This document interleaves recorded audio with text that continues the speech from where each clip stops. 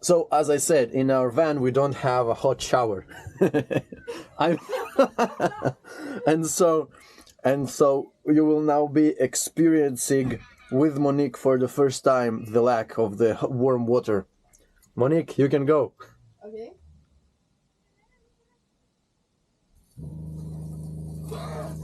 Okay. I'm good. Fuck, it's super cold. Okay. I'm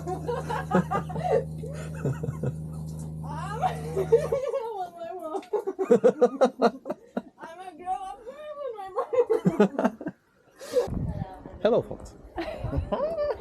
You're so funny, John. Yeah, I am a very funny guy. Welcome to another episode of our interesting adventures in the Vanlife Chapter 2, let's call it, or whatever we want to call it. We're now in the city of Vejer de la Frontera. Jerez de la Frontera is not Jerez. Vejer? Vejer. Vejer de la Frontera. I'm confident this is the name of the city. In which we arrived from Barbate, where we filmed the previous episode. Check it out if you want to see how we potentially got robbed and I dropped my girlfriend to the ground in a very unmanly manner. Now, this city was found by Monique, and well, generally we looked on Google Maps and said, oh, these pictures look nice of like the main square, and so we went here. And it is really a quite nice little city.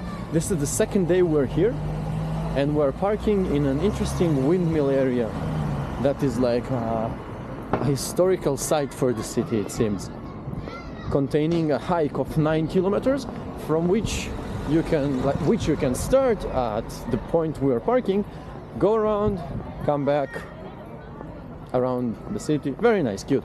The city is 200 meters high, 8 kilometers from Barbat and from the beach.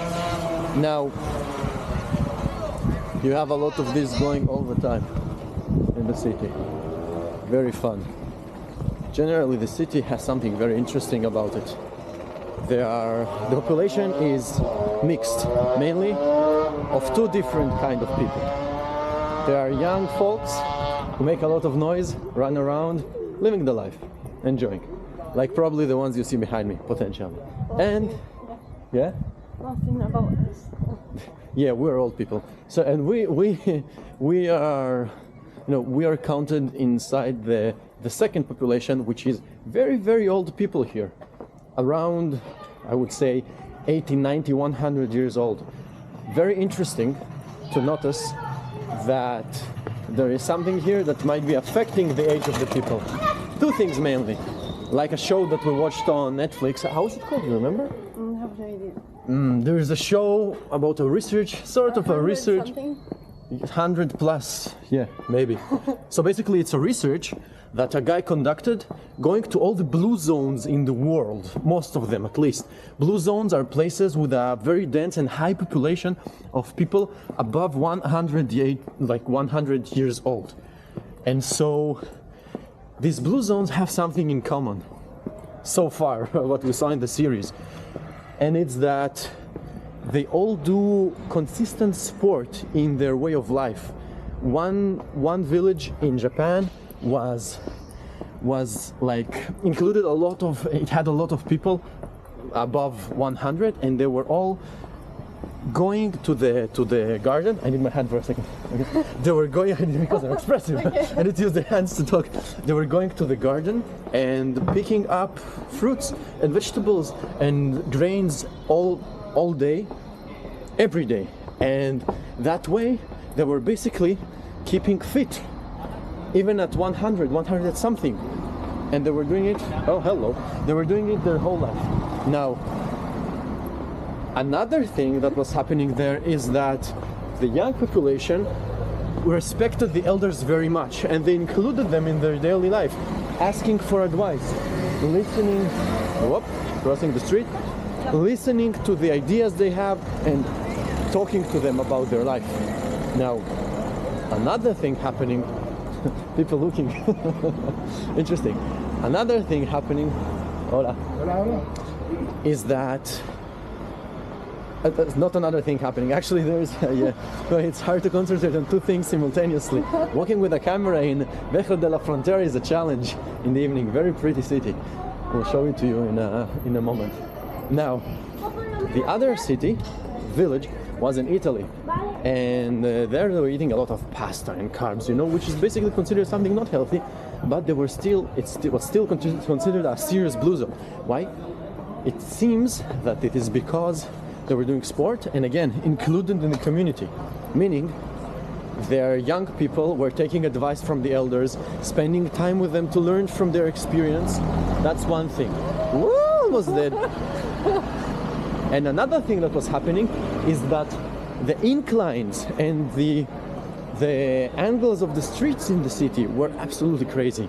They have to walk up hills and down hills all day when they want to get from place to place. And here actually we saw these two things. This population of young people is very like including to the population of the, let's go from here, to the population of the old people. You always see a young person with an old person walking together, driving together, biking together, talking. And another thing that we saw is that actually this whole city is in a crazy incline, as you will see soon enough. And that might be the thing causing the people here to get to such a high age. And well, let's see what we find, eh? So you can see the incline here, which is not that crazy. The street down there is about 30 degrees, but if you want to get, convinced, that is the stairs that we need to go up to, and they go quite a way, a long way. So imagine someone 8 years old walking all these stairs and then finishing them and saying, oh, there are more stairs and more stairs after that. Well, that is bound to make some people very healthy in a way, I guess. Actually, a very pretty place. We should show it. Vejer de la Frontera, folks. Check the name. Vejer de la Frontera, I checked. Yeah? Okay. I even checked that it's 8 kilometers from the beach and close to the big city of Barbat and 200 meters above sea level, like I said before, to make sure. The next city I really like it is Arcos de la Frontera. It's close to Valencia, where we want to go. We want to go to Valencia? I don't know, is Valencia? Nope. Which one is the city? No? Cadiz or Seville? Seville, yes. Seville. Valencia? It's close to Seville. Okay. Seville is a city 2 hours from here to the north.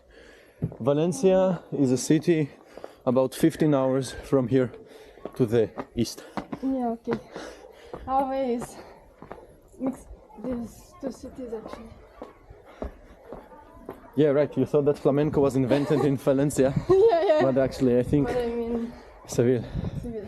Also, we're hoping to find in Seville a nice skate shop, because today I broke my rollerblades, the inline skate, aggressive skate. So, yeah, hoping to find it and repair it. Now, I'm now interested in something. When I speak, do I do? You're listening to me. No. No? A win. I'm talking so much, non-stop, hopefully interesting you guys in some of the things that I'm talking about and giving you some information about it, but keeping it free. I think it's quite impressive. Well, we found the parking in this city using an application, not Park for Night, which many of you probably know, but an application called Cara Maps. Cara Maps, C-A-R-A Maps. Super interesting because it's not that common, but it found us an amazing place in what I told you about in the windmill, and they close it at night around 9. Actually, what's the time? It's 8:15. Okay, let's hope. Worst case, we climb on top of the fence. So, in a nice. I think the guy is not closing there actually. Maybe not. What he told us yesterday was like he's not closing at all. Well, it's written that it closes because it's a historical site, but yesterday, true, the guy said that he's not closing. They're responsible for the area because there was some sort of festival, and the band of musicians that was playing in the festival was training there until 11. Did you like their playing, Monique? No. Yeah, they were drumming a lot. Was Not really impressive. successful. That they were consistently keeping it terrible? Yes. Yeah, that was quite impressive indeed. A nice street lamp. Now, you see how it has 4 basically lights, and one of them is white? It's the boss. Yeah, that's one way to look at it. The boss light. Folks, find yourself a positive girlfriend. Or boyfriend. Well, this is the inclines in the city. About 20 degrees now, I think. And this is one of the normal streets. Well, we're walking here in the streets and then suddenly we see this. You gotta go in one of these places. Let's go in. I went to. Don't be shy. Oh, look at the dresses they have, the flamenco or something maybe. I don't know. So Monique has a tendency to find a nice shop and then say, oh, it's so cute, let's not go in. No, let's go in. Go, come on, come on. Hola. Hola. Hola. Yep. So you see, stylish. Generally a pretty wealthy, I would say, village. Vejer de la Frontera. When you arrive already in the city, you can feel something. But start from the beginning because it wasn't recorded. When you arrive in a city. Why, you're shy? Don't be shy. Don't be shy, speak. Oh, hola. I just think that. Sorry, I was distracted. Everyone is looking only at you. You're the main attraction now. The center of attention. No. Okay, then I will say. Monique said that it's funny how we can go to a city and immediately understand if we like it or not.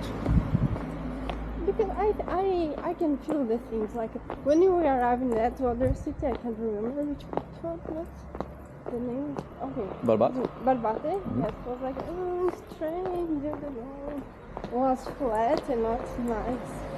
It was flat when you put it. Flat? And when you actually disappointed, really I'm feeling this right now. When we are in the flat part of that city, it was like quite annoying, you know, like I don't feel any good here. But when you were going to the peak, to the mountain, it was amazing. I really liked to park there, and when you asked me to park with your friends, I was like, okay, but I didn't want to because above there was better. And here is this kind of city. There's a lot of peaks and mountains and everything. I don't know how you call this in English, but Angly, I'm not sure. but that's Full of angles. but is not angles the mountains, We should go here, by the way. and I feel really good here. I like it. So maybe this is something to pay attention at. The flat city maybe it's not. And this matches with what the guy is saying in the web series, the series TV, about the 100 plus people. You know? Yeah. There is always a thing like this. I didn't watch it the first episode. Actually, I don't know if in Japan was like this. It was a flat city. It was flat. high in the mountains, it was quite flat, but they were all working every day. Great Dane. One of the coolest dogs. Hola. And so, I agree. And I think that maybe also the fact that there are a lot of old people here gives peace a little bit. So you see a lot of old people and you're like, oh, this is a safe and peaceful city. And this has something to do with the incline, like we said, probably, which is, again, incline. And before you couldn't see, but we were walking at a crazy incline. Something to note, folks. It's very interesting to be in the city if today is your leg day and you already trained. Or yesterday was your leg day. Yep. Or if you have a very heavy caravan and you wanna, like RV, and you wanna drive up a very slopey slope, reconsider. But the question is, can you be able to get into this? Not suffer with this inclination at some point, Incline. or incline, or you always feel it. We could ask the people here. And if they suffer about it. And if they go like incline, what do you mean? Like, okay, they don't feel anything. Or if they say, well, you know, sometimes, then we know they still feel it. But yeah, I guess you don't feel it really a lot because you get used to it. You know, like grandma calves is a thing. It's possible. Hola. And people here are very polite. They walk with a very like serious face, you know, up until the very second you say hola, and they go hola, And close again. yeah, and then back. There's a guy on Instagram actually.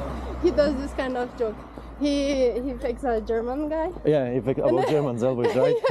And they are walking like this, and you say hi, and they hi, hello, and then back. Again. Yeah, and he Walk bumps like into this. him, Yeah. into them before.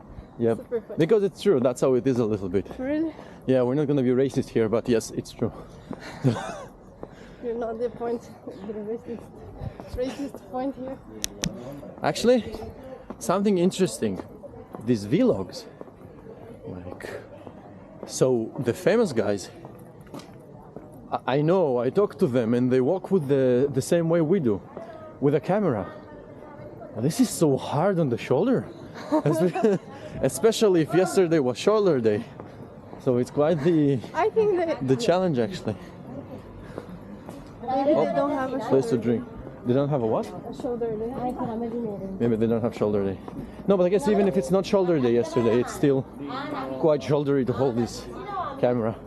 Maybe a GoPro is better. We're using the Insta360 X3, which is quite a big camera. And there is a nice place for you folks and a nice view. Let's sit here a little bit. Yeah. So, Monique said we should show this cool guy. It's el pueblo de Vejer, Juan Relinque, defensor en el siglo XVI de las Hazas de Suerte. Can you translate that? The people of Vejer are Juan Relinque. Defensor. How you say defensor? Defender. Really? Protector. Defender? Protector. Yeah, it's like this. Defender is an ability in Magic the this- Gathering. Yeah. Yeah. I don't know what is Hazas de Suerte, actually. So, we remain not knowing, though we're actually having here a very, very pretty street and site.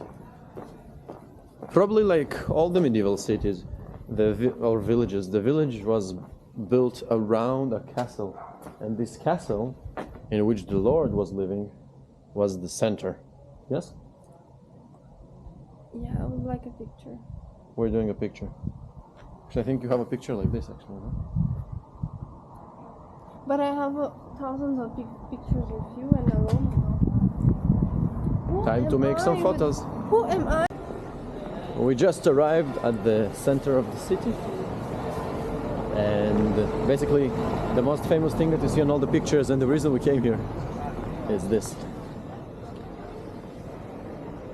Pretty, but that is it.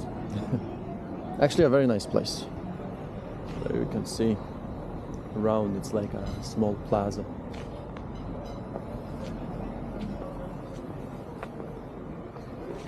Interesting. And some people throw coins inside. Yeah, they think This is a good picture. We have something here. Right? Pretty nice. Not fake at all.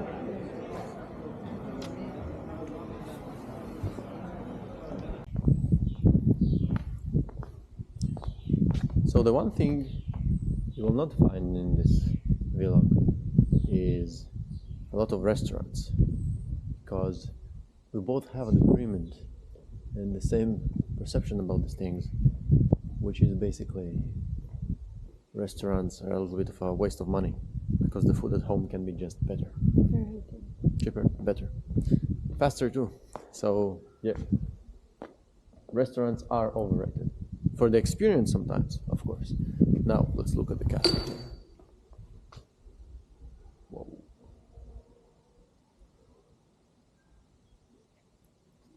pretty nice. Let's go.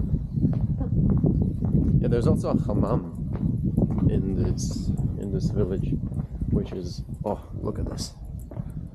This is pretty.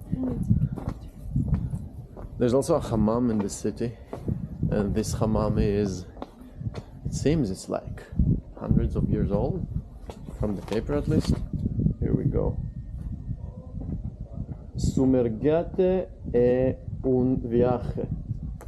And they say, step inside the Moorish past of Vejer. Turkish hammam. Interesting. Well, it is a very pretty city. For people who like restaurants and walking in the evening, or just anyone appreciating the beauty, and probably there's also a lot of history, but maybe we should research a little bit. Yeah, I think so. Yeah, potentially, yeah. Like, look at this. Yeah, there is potential here. So this is a very recommended village, I would say. And it's quite hidden too. It's like on a sort of a hill, and around it there are a lot of villages lower. So this is the highest village. It was like the Lord's village, where he lived and controlled all the area under. Something of the sort. I think it's a church, you know? Okay. What? Go in? You want a video? Video? Mm-hmm. I'm doing a video. Mm. I mean, Myself. this is gonna be on YouTube, and then we don't even have to save it in our phone. But yeah, okay, let's do a video. Let's do a video of a video. I'm not doing I'm doing the video. Well, things and here the yellow ones, purple and I'm not sure if you red. can see the color, but here you can see a lot of like plants on the walls. Here as well. Because in this city, in this village, there is something about the plants and the plazas that they're trying to decorate with plants, for which they even give a prize for the most pretty plaza. So people that live in certain areas are trying to decorate it with a lot of plants and like pretty stuff. Basically, it's a vegetal things, and they try to decorate it to achieve this prize and make it pretty. Something interesting. Got it? Mm-hmm.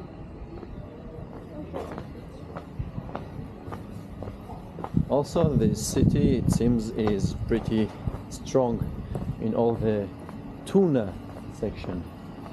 They have a lot of tuna in every restaurant almost. It's 8 kilometers from the sea, so I guess if you want to get the proper tuna, at least by the recommendation that we got, you can go to Zahara, which is a little bit... This is pretty. We should go there properly. Okay. By the way, more plants on the walls outside. So if you want to get a really proper tuna, a tune, how it's called in Spanish, you can go to Zahara. Sahara de los Atunes. Sahara? De los Atunes. Here, all the plants outside. There really is something about the prettiness. Oh, that's the bar that you liked They yesterday. don't have music. No music. A little bit of music. You wanna check it out? See what's there? No, Really? I want to go home. Okay, vale. We go home. And off to the caravan.